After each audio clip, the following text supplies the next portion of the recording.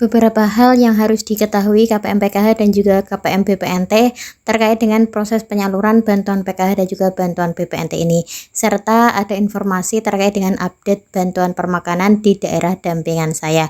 Nah, seperti apakah informasinya? Simak videonya setelah intro berikut ini.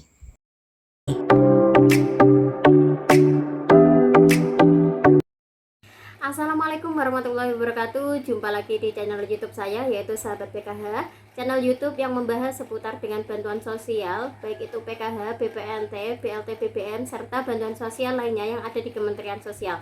Di kesempatan kali ini saya akan memberikan informasi seputar dengan Beberapa hal yang harus diketahui oleh KPM PKH dan juga KPM BPNT terkait dengan penyaluran bantuan PKH dan BPNT ini, serta ada update penyaluran bantuan permakanan di daerah dampingan saya. Seperti apakah menunya, nanti kita lihat supaya bisa menjadikan referensi bagi teman-teman yang lainnya. Sebelum itu, saya tidak lupa meminta dukungan kepada Bapak Ibu semuanya agar selalu subscribe, like, dan komen channel YouTube saya ini supaya saya lebih bersemangat lagi dalam memberikan informasi seputar dengan bantuan sosial yang ada di Kementerian Sosial.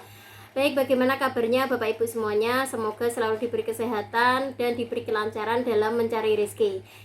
Sebelum ke informasi pertama, di sini saya mau memberikan update penyaluran bantuan permakanan di daerah dampingan saya, di mana banyak sekali menu yang luar biasa ya.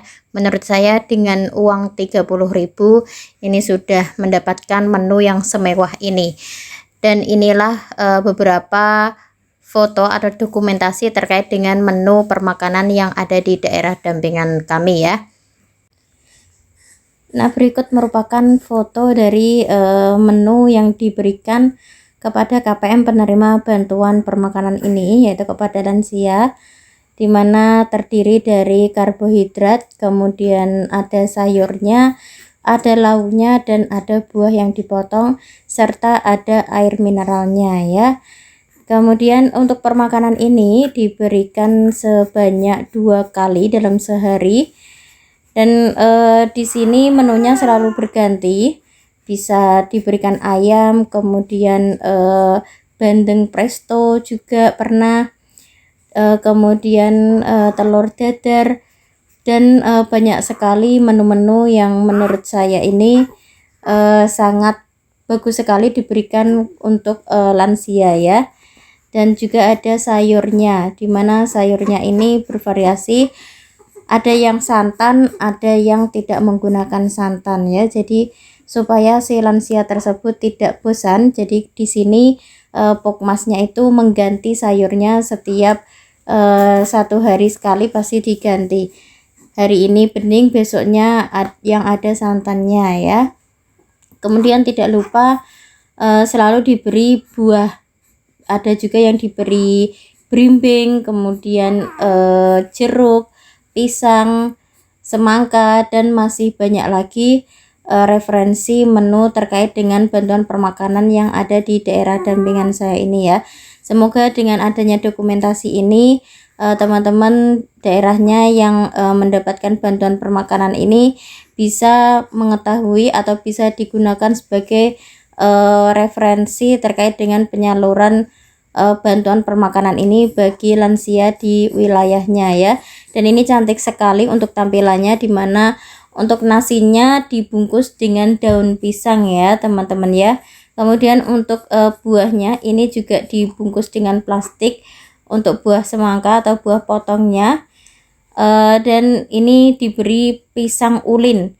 Untuk pisang ulin ini dari Pokmas tidak hanya diberi 1 biji tetapi lebih dari 2 biji ya rata-rata.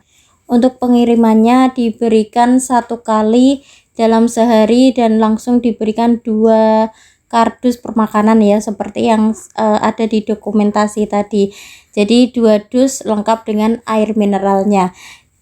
Berikut sedikit potret lansia yang diberikan bantuan permakanan ini.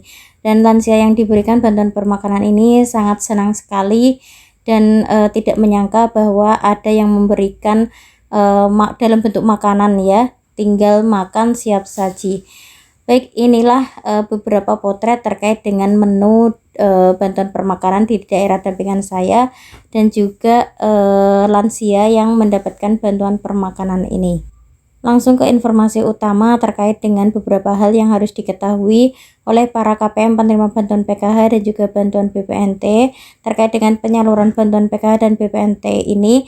Yang pertama, bahwa proses penyaluran bantuan PKH dan juga bantuan BPNT ini yaitu secara bertahap, secara termin ya. Jadi ada beberapa termin yang disalurkan di setiap tahap penyaluran bantuan PKH dan bantuan BPNT ini.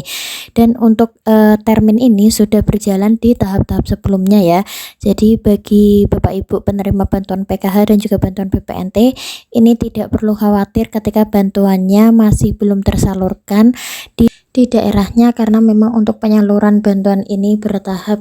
Hal penting yang kedua yaitu terkait dengan aplikasi cek bansos ya, dimana di aplikasi tersebut ketika sudah update itu tidak bisa dijadikan patokan bahwa bantuannya langsung ada saldonya. Contohnya di aplikasi SIG-NG milik pendamping sosial ya. Untuk bantuan PKH dan juga bantuan BPNT ini periodenya sudah berubah sejak bulan Agustus, yaitu per tanggal 22 Agustus ya. Jadi dan saat itu juga masih belum dilakukan penyaluran bantuan PKH di rekening dari Bapak Ibu semuanya. Bahkan untuk bantuan PKH ini baru mulai tersalurkan itu per tanggal 27 Agustus tahun 2023. Jadi teman-teman semuanya ketika namanya atau datanya di aplikasi cek bansos.kemensos.go.id masih belum berubah, itu belum berarti atau bukan berarti bantuannya tidak tersalurkan, atau bahkan ketika namanya atau datanya berubah di aplikasi cek bansos ini belum tentu saldonya juga sudah masuk ya. Saldo bantuan PKH ini sudah masuk di dalam rekening teman-teman semuanya ini ketika SP2D dari Kementerian Sosial itu sudah turun dan sudah ada nama dari teman-teman semuanya di BNPA yang dipegang oleh pendamping sosial di daerah masing-masing. Hal penting yang ketiga yaitu terkait dengan jadwal penyaluran bantuan PKH dan juga bantuan BPNT. Nah, untuk jadwal penyaluran bantuan ini tidak bisa disebutkan tanggalnya ya, karena memang untuk penyaluran bantuan PKH dan juga bantuan BPNT sejak corona kemarin itu sudah tidak pernah ada surat resmi dari kementerian terkait dengan tanggal pastinya penyaluran bantuan PKH dan juga bantuan BPNT ini.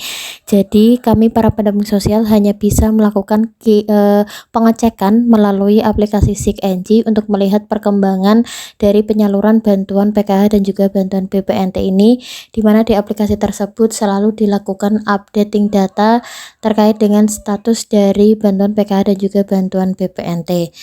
Nah, jadi itulah beberapa hal yang harus diketahui oleh KPM penerima bantuan PKH dan juga bantuan BPNT agar tidak menjadikan khawatir dan tidak selalu bertanya kepada pendampingnya terkait dengan beberapa hal tadi ya.